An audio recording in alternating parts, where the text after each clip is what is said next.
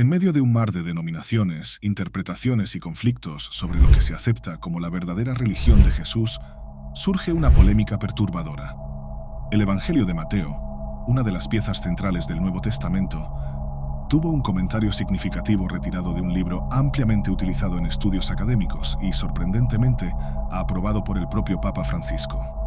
La cuestión que resuena es, ¿por qué esconder la realidad de nosotros? Este acto levanta sospechas sobre la transparencia y la veracidad de las doctrinas religiosas que nos son enseñadas. A lo largo de los siglos, la figura de Jesús y sus enseñanzas han sido moldeadas y reinterpretadas para atender a diversas agendas religiosas y políticas. Pero, ¿qué sabemos realmente sobre la religión que él fundó? Con tantas versiones y tantas voces clamando por autenticidad, ¿cómo podemos discernir la verdad? La eliminación de este comentario específico del Evangelio de Mateo puede ser un indicio de que hay algo que no quieren que sepamos. ¿Será que las autoridades religiosas están intentando preservar una narrativa que se desmoronaría ante la verdad desnuda y cruda? Este es un llamado al cuestionamiento. Si incluso los textos considerados sagrados e incuestionables están sujetos a censura, ¿qué más puede estar siendo escondido de nosotros? Es hora de excavar más profundamente y buscar la verdad por nosotros mismos. Al fin y al cabo, la fe ciega no debe sustituir la búsqueda del entendimiento y la verdadera esencia de las enseñanzas de Jesús.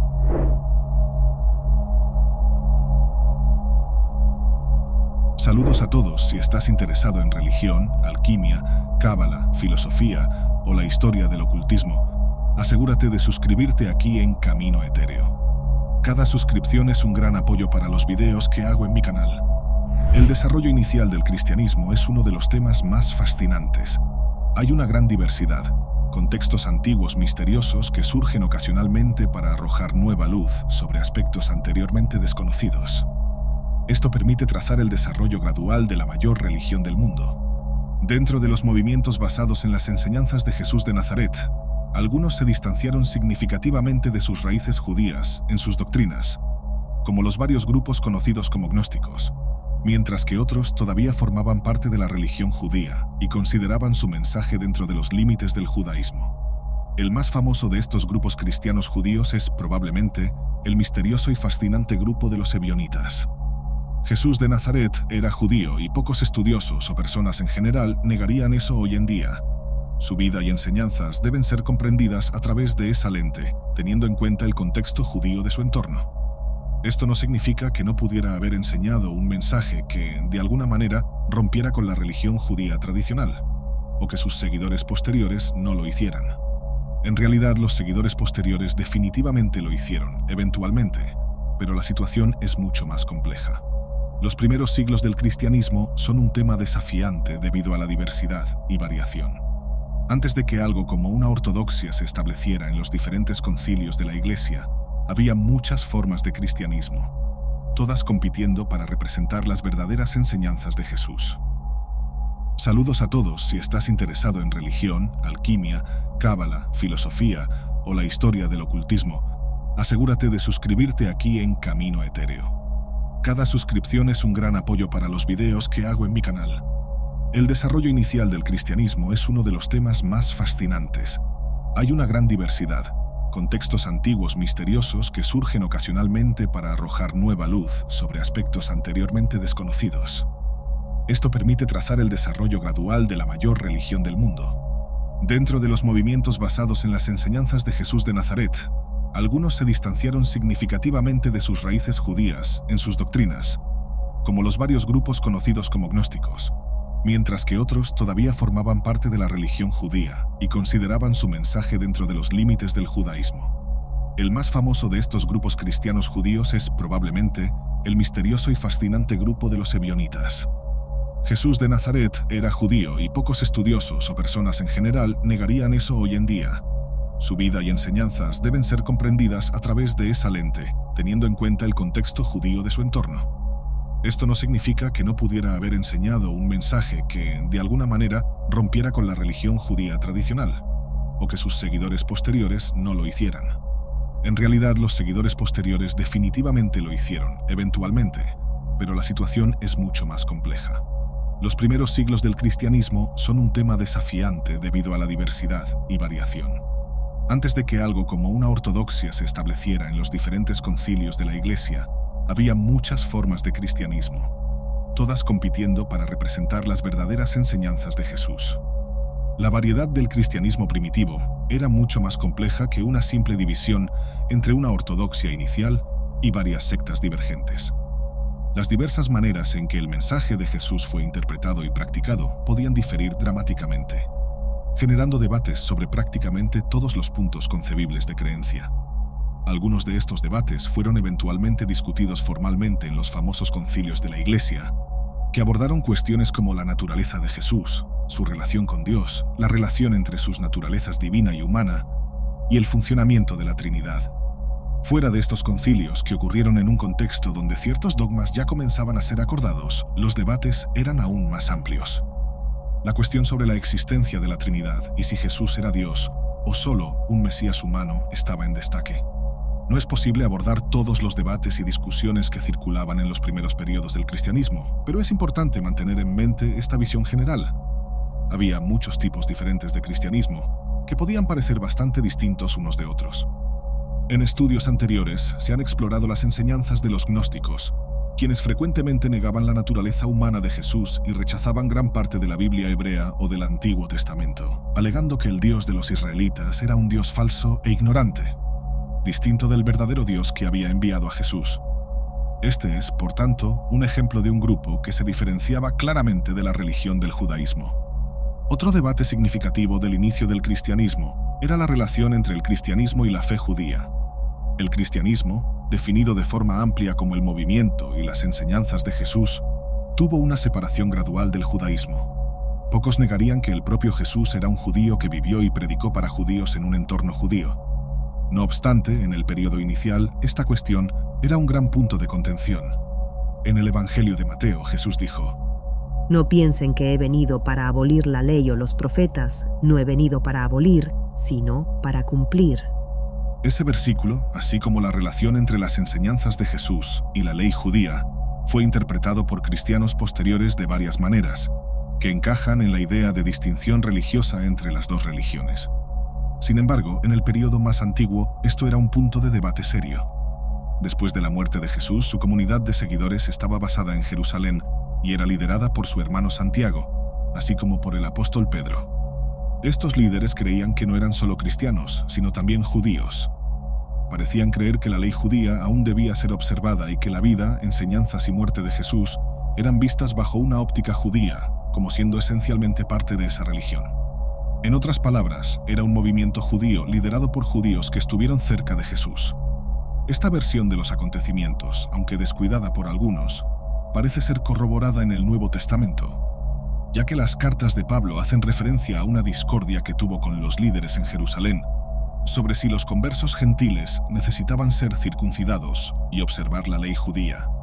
Pablo, por supuesto, es una figura central en la difusión y formación inicial del cristianismo. Había sido un prominente perseguidor judío de los protocristianos antes de convertirse tras un encuentro milagroso con el Cristo ya fallecido mientras estaba en camino a Damasco. Nunca conoció a Jesús en carne y hueso, pero se volvió muy importante para la transmisión y difusión de su mensaje. En ese proceso de proselitismo, es decir, convertir personas en las regiones del Imperio Romano, tanto judíos como gentiles, Pablo argumentó que aquellos que aceptaran el mensaje de Cristo no necesitaban seguir la ley judía. La vida y la resurrección de Jesús representaban una nueva alianza que rompía con la antigua ley y así ofrecía una nueva identidad.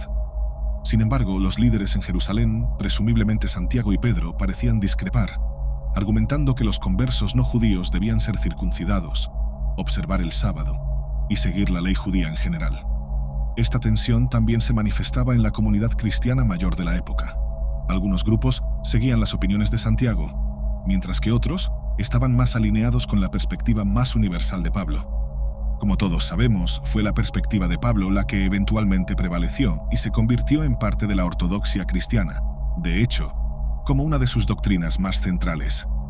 Pero este es un aspecto muy significativo del movimiento inicial de Jesús que nos ayuda a obtener una perspectiva sobre cómo se desarrolla una religión, así como la diversidad que existía en la comunidad cristiana primitiva.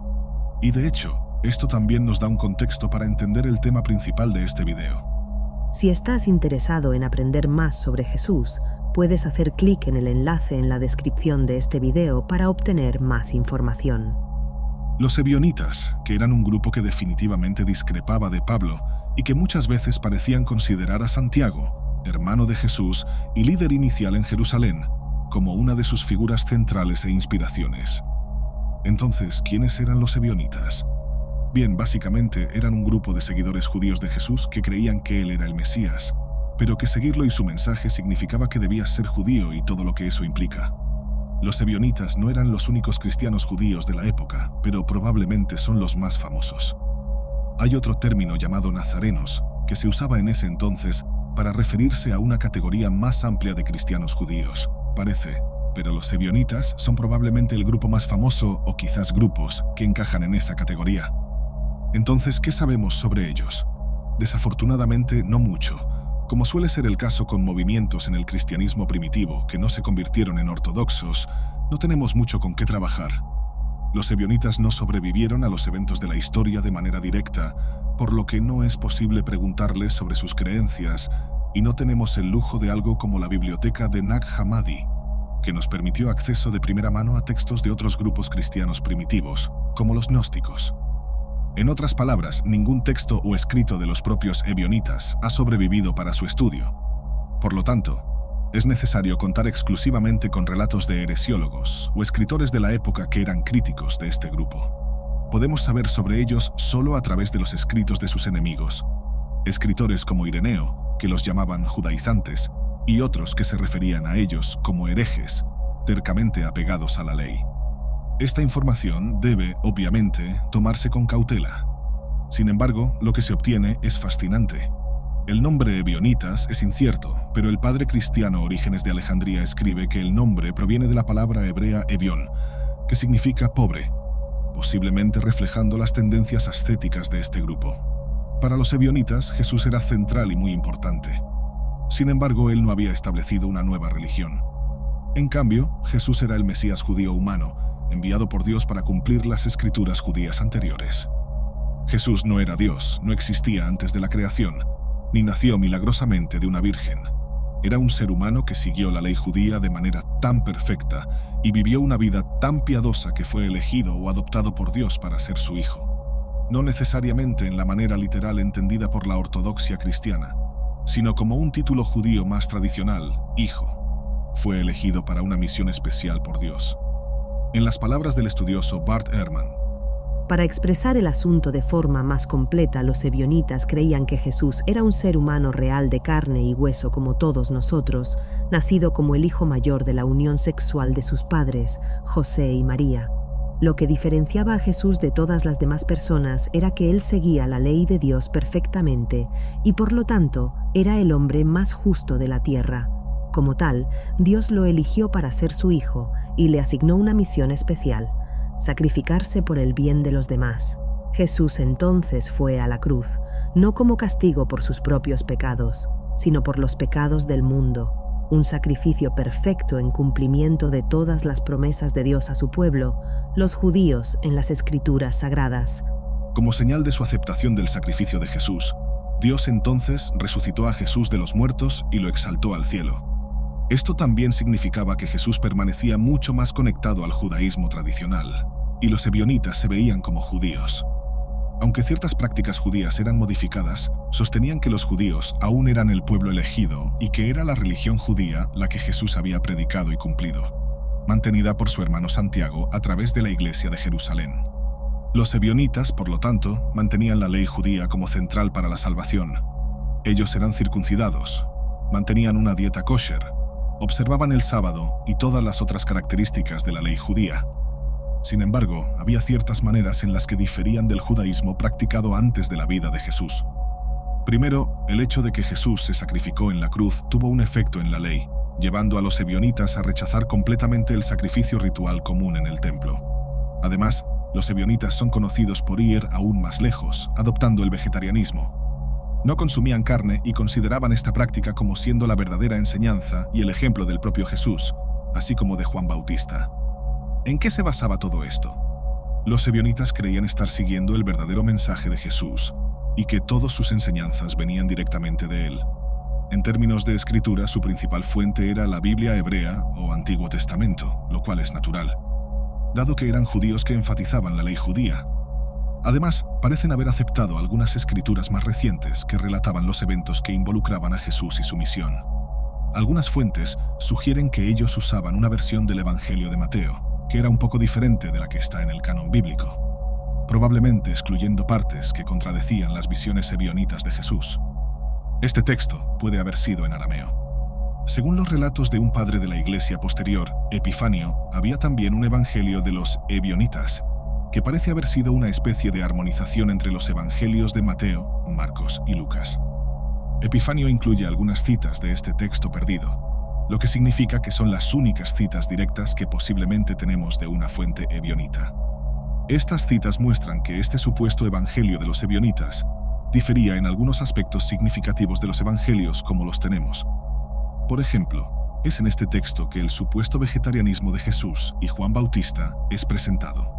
Letras ligeramente diferentes y ciertas palabras con significados un poco diferentes en griego permitieron una interpretación de que Jesús y Juan Bautista enseñaban el vegetarianismo. Además de estas características, hay algunas ideas y prácticas asociadas a los ebionitas que son difíciles de confirmar con certeza, dada la naturaleza de nuestras fuentes.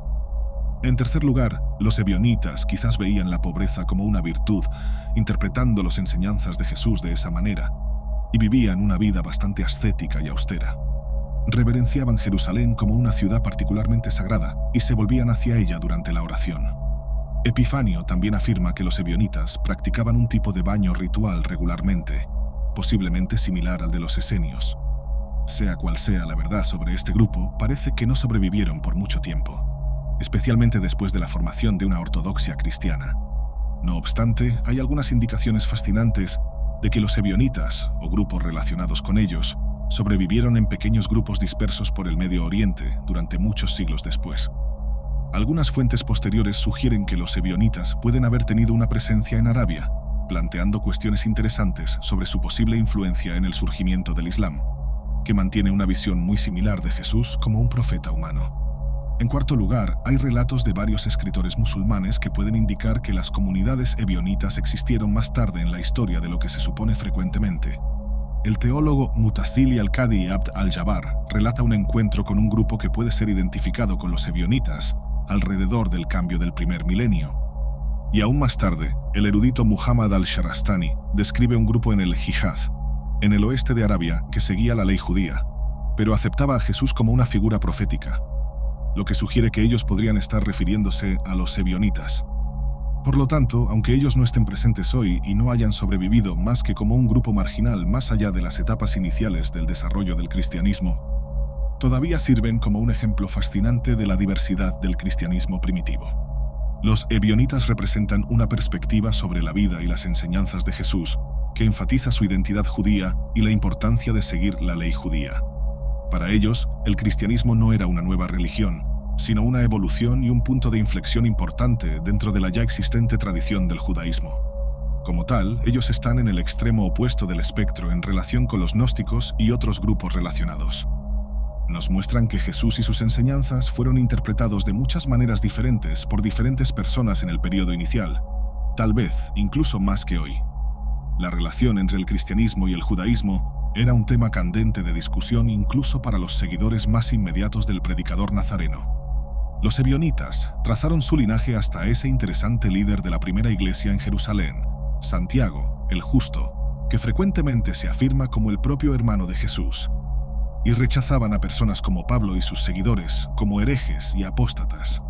Una cuestión interesante que los historiadores han planteado es si esta rica diversidad es un desarrollo moderno. Muchas personas creen que el cristianismo comenzó a fragmentarse en los siglos XV y XVI con la Reforma, liderada por figuras como Martín Lutero y Juan Calvino. Antes de eso, especialmente en la iglesia primitiva, existía una ortodoxia sólida, donde se sabía exactamente lo que los cristianos creían sobre Dios, Jesús y la Trinidad. Sin embargo, los historiadores han reconocido que la diversidad de creencias entre los creyentes de los primeros siglos era aún más pronunciada. Textos antiguos revelan que había cristianos en los primeros siglos que creían en la existencia de dos dioses diferentes. o que había 30 o incluso 365 dioses. Había cristianos que afirmaban que el Antiguo Testamento era un libro maligno. Ellos creían en la existencia de dos dioses diferentes y que estaban inspirados por una divinidad maligna. Algunos cristianos creían que Dios no creó el mundo y nunca tuvo ningún involucramiento con él. Otros sostenían que Jesús no tenía un cuerpo humano, no poseía un alma humana, nunca nació o nunca murió. Hoy en día, los cristianos probablemente argumentarían que tales visiones no podrían ser cristianas. Sin embargo, lo sorprendente para los historiadores es que las personas que creían en estas cosas afirmaban ser cristianas. Estos creyentes sostenían invariablemente que sus ideas fueron enseñadas por el propio Jesús. En muchos casos, podían apelar a pruebas escritas, pues poseían documentos supuestamente escritos por los discípulos de Jesús. Tenemos ejemplos de esto en el Nuevo Testamento, pero también existían otros documentos y textos, como los evangelios gnósticos, textos marcionitas, textos cristianos judíos y los textos que Bart Ehrman llamó textos proto-ortodoxos que acabaron componiendo el Nuevo Testamento. Es interesante notar que los primeros cristianos tenían una diversidad de creencias mucho más amplia de lo que la mayoría de los cristianos tienen hoy. Aunque existen personas en los márgenes, la mayoría de los cristianos actualmente comparte el mismo Nuevo Testamento. Aproximadamente la mitad de este texto es escrito por Pablo o sobre el apóstol Pablo. Sin embargo, en la iglesia primitiva, la situación era muy diferente y más radical. Un ejemplo interesante son los adopcionistas cristianos judíos.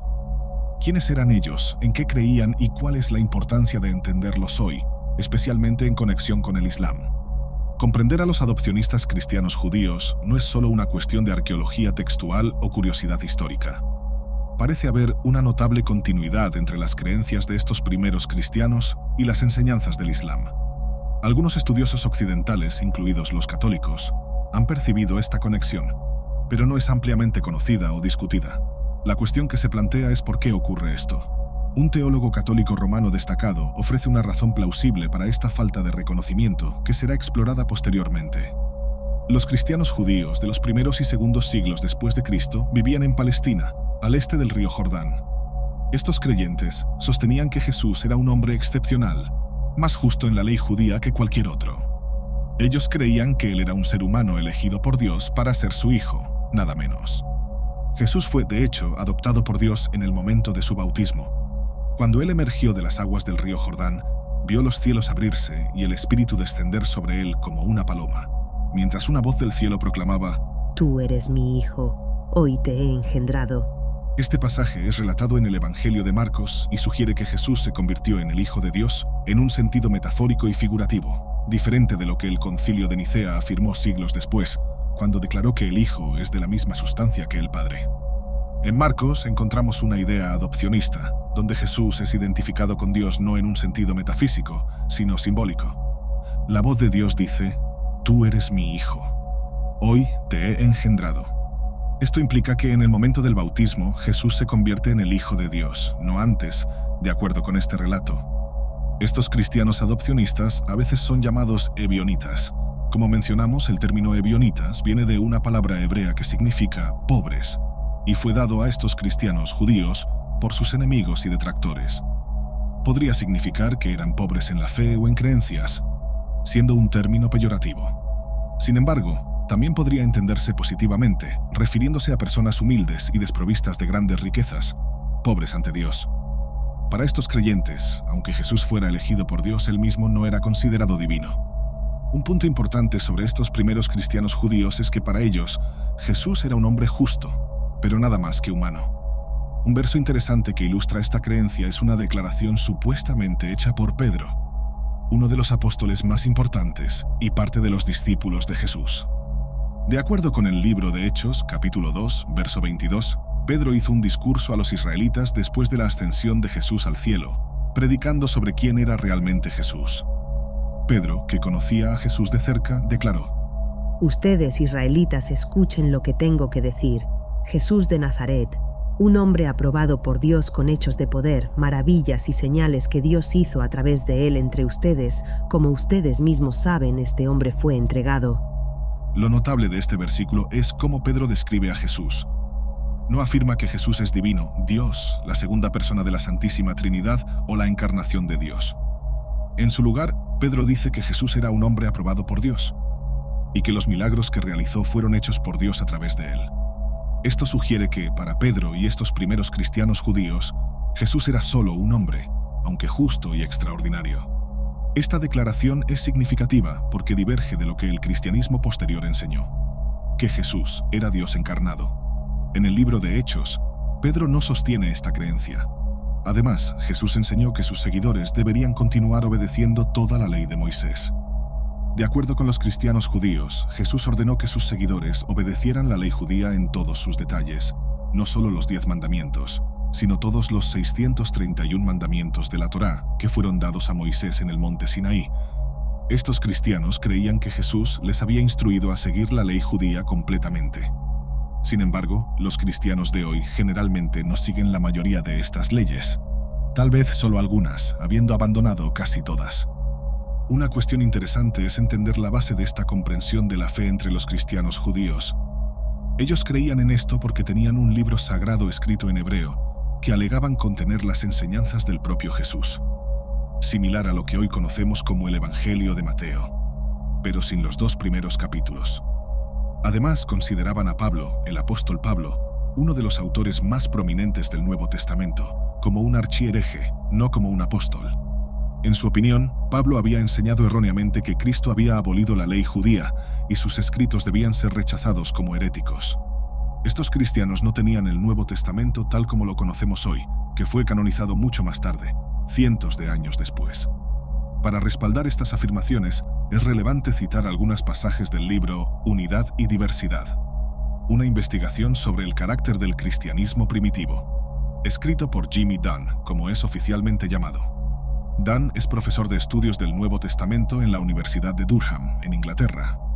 Este es un trabajo clásico, frecuentemente utilizado en cursos de licenciatura o posgrado, y es muy perspicaz sobre el cristianismo palestino primitivo. En la página 255, Dunn pregunta cuán ortodoxo era el cristianismo palestino primitivo, refiriéndose a la fe de los propios apóstoles, aquellos que conocieron a Jesús.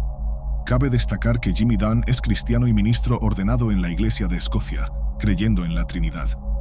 Una vez le preguntaron directamente a Dunn si era un profesor trinitario, mostrando la relevancia y profundidad de sus investigaciones sobre el cristianismo primitivo. Jimmy Dunn afirmó que él es un trinitario, por lo que no tiene razones para cuestionar las creencias fundamentales del cristianismo ortodoxo en términos de sus propias creencias personales. Sin embargo, él también es un historiador de clase mundial, y cuando llega a conclusiones que pueden parecer contradecir el cristianismo moderno, sabemos que está actuando en base a evidencias históricas, contra sus propias inclinaciones. Él no tiene un motivo oculto para promover estas ideas. Son fruto de una investigación histórica objetiva, ampliamente aceptada por otros académicos. Dunn afirma que los primeros cristianos eran judíos, incluso aceptando el relato de Lucas sobre la diversidad de nacionalidades presentes en Pentecostés. Todos eran judíos y prosélitos, conforme descrito en Hechos, capítulo 2, versículo 10. Durante Pentecostés, el Espíritu Santo descendió sobre personas de diferentes partes del mundo grecorromano, pero en realidad, todos eran judíos de la diáspora. Este punto es a menudo pasado por alto por cristianos que creen que el Espíritu Santo vino sobre todas las personas. Sin embargo, Hechos especifica que eran judíos. Aunque estos primeros cristianos creían que Jesús era el Mesías, esto no alteró su identidad o visión como judíos. Formaban un pequeño convento mesiánico o secta escatológica dentro del judaísmo, pero continuaban pensando y actuando como judíos en todos los aspectos característicos del judaísmo. Esta continuidad puede demostrarse con probabilidad suficiente, según Dunn. Jimmy Dunn continúa enumerando una serie de hechos históricos y evidencias textuales que demuestran la observancia continua de la ley judía por parte de los primeros cristianos. Él afirma que ellos continuaron observando la ley sin cuestionar, no interpretando las tradiciones de las palabras y acciones de Jesús de manera hostil a la ley. Así, no eran anti-ley ni rechazaban la ley judía. Los primeros seguidores de Jesús no representaban una amenaza significativa para los fariseos, como Jesús había representado. Muchos de ellos se convirtieron en miembros de la secta de Jesús, mientras aún permanecían fariseos. Esto es ejemplificado por el choque que el episodio de Cornelio causó a los creyentes de Jerusalén, donde no les ocurrió que la fe en Jesús, el Cristo, pudiera tornar la ley de la pureza irrelevante. Los primeros cristianos judíos continuaban fuertemente ligados al templo, frecuentándolo diariamente en las horas de oración. Hechos capítulos 2 y 3. Es significativo notar que la hora de la oración en el templo coincidía con la hora de los sacrificios, ya que el templo era una institución sacrificial donde se realizaban rituales de sacrificio. Por lo tanto, la participación en las horas de oración implicaba también la participación en los rituales y sacrificios del templo. El relato de Lucas sobre el período inicial de la nueva comunidad cristiana termina con los discípulos nunca habiendo salido de Jerusalén, permaneciendo ampliamente centrados en el templo. Hechos, capítulo 5, versículo 42. Esto es significativo porque, aunque hoy se piensa que el cristianismo es para toda la humanidad, para todas las naciones y pueblos de la tierra, los discípulos originales no predicaron para todo el mundo. Ellos permanecieron en Jerusalén, el corazón de Israel. Dunn concluye, después de añadir muchas otras evidencias, que la comunidad cristiana más antigua de ninguna manera se veía como una nueva religión distinta del judaísmo. Hay una historia interesante que concluye esto, donde años atrás un cristiano discutió con una estudiante de teología en la iglesia. Ella dijo: ¿Sabes que Jesús no fundó una nueva religión? En aquel entonces esto parecía una idea absurda, ya que se creía que Jesús había fundado el cristianismo, no el judaísmo. Sin embargo, ella estaba vocalizando algo que había aprendido en la universidad, y solo más tarde quedó claro que tenía razón. Jimmy Dunn continúa afirmando que no había una línea divisoria trazada entre los primeros cristianos y sus colegas judíos. Ellos se veían simplemente como el judaísmo realizado, el inicio del Israel escatológico. Las autoridades judías tampoco los veían como algo muy diferente de ellos mismos. Los primeros cristianos mantenían algunas creencias excéntricas, así como otras sectas judías, pero fuera de eso, eran totalmente judíos. Es posible enfatizar aún más este punto, ya que el judaísmo siempre se ha preocupado más por la ortopraxia, práctica correcta, que por la ortodoxia, creencia correcta. Los primeros cristianos no solo eran judíos, sino que continuaron siendo judíos bastante ortodoxos. Ahora, haciendo una pausa en Jimmy Dunn, es relevante mencionar algunas sentencias de otro libro directamente relacionado con el tema. En el libro Early Christian Writings hay escritos de Ignacio, obispo de Antioquía. Él escribió 7 cartas auténticas aceptadas por los estudiosos mientras estaba en camino a ser martirizado en Roma a principios del segundo siglo. Ignacio era un cristiano gentil y líder de la Iglesia, y su memoria es celebrada por la Iglesia Católica, la Iglesia Anglicana y otras iglesias ortodoxas. Él es una testigo muy importante y significativa de los primeros días de la fe cristiana. En su carta a los Magnesios, Ignacio escribió lo siguiente: recordemos lo que escuchamos de Jimmy Dunn sobre los primeros cristianos.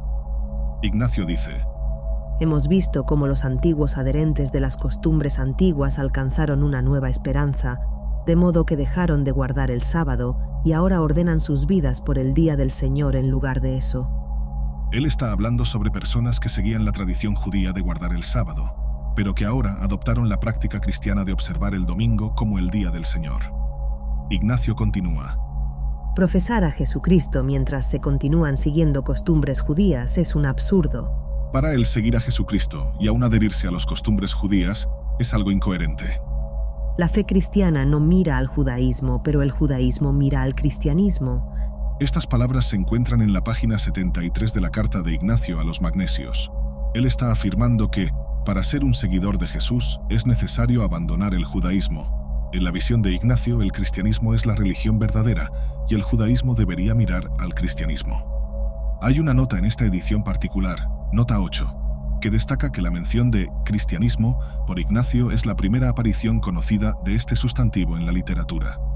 Esto marca la primera vez que la palabra cristianismo es utilizada en la historia conocida, indicando la formación de una nueva identidad religiosa distinta del judaísmo. Lo que sucedió aquí es que, según Jimmy Dunn, la forma más antigua del cristianismo era una secta dentro del judaísmo, con los seguidores de Jesús observando las leyes judías y manteniendo prácticas ortodoxas judías.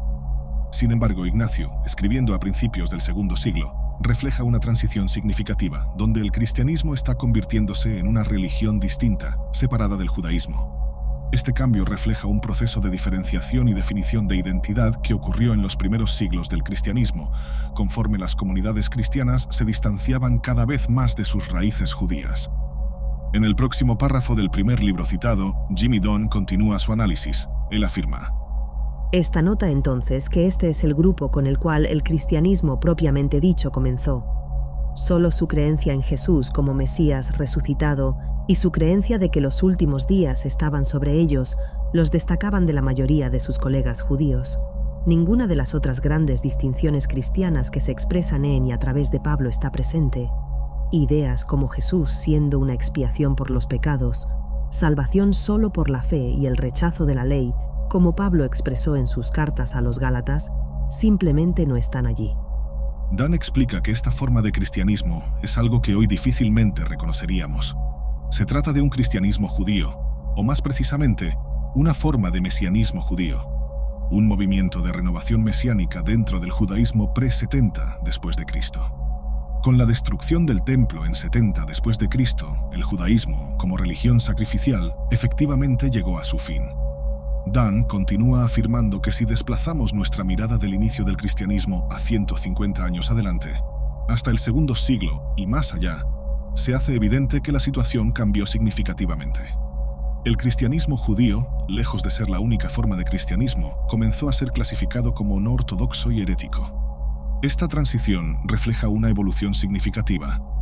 El cristianismo judío, que inicialmente no se veía como una nueva religión distinta, sino como una secta dentro del judaísmo, comenzó a ser considerado herético a medida que el cristianismo desarrollaba sus propias doctrinas e identidad separada del judaísmo. Esto demuestra la evolución y diversificación del cristianismo en los primeros siglos, conforme se distanciaba de sus raíces judías y se convertía en una religión independiente. Parece que hubo grupos de cristianos judíos cuyas creencias los colocaban fuera de los límites de la gran iglesia emergente. Al menos uno de ellos preservó un título antiguo para los primeros cristianos, nazarenos. Esto se menciona en Hechos, capítulo 24, versículo 5. El nombre probablemente representaba una reivindicación de preservar la verdadera tradición contra la antinomia a los ojos de los cristianos judíos. Comunidades cristianas en otros lugares, como los ebionitas, son la secta más conocida cuyo nombre se convirtió en un estereotipo en la polémica de la gran iglesia contra la herejía cristiana judía. Los ebionitas entonces representan la gran ironía de la historia. Estos primeros cristianos judíos, muy claramente descritos en nuestros textos, pasaron a ser vistos como heréticos. Ignacio, un obispo gentil muy estimado y valorado del final del primer siglo y principios del segundo siglo, básicamente denunció a los primeros seguidores de Jesús. Ignacio declaró que los cristianos no deberían seguir la religión judía, sino el cristianismo. Esto demuestra la enorme transformación que ocurrió, de una secta judía a una religión predominantemente gentil en el mundo helenístico. En su libro The Islamic Jesus, de Mustafa Akyol, en el capítulo 4, cita a un historiador que hizo una declaración impresionante. El cristianismo judío de hecho desapareció dentro de la iglesia cristiana, pero fue preservado en el Islam. Esto es una revelación sorprendente. Akyol afirma esto porque las enseñanzas esenciales del Islam son muy parecidos a las enseñanzas centrales de los primeros cristianos.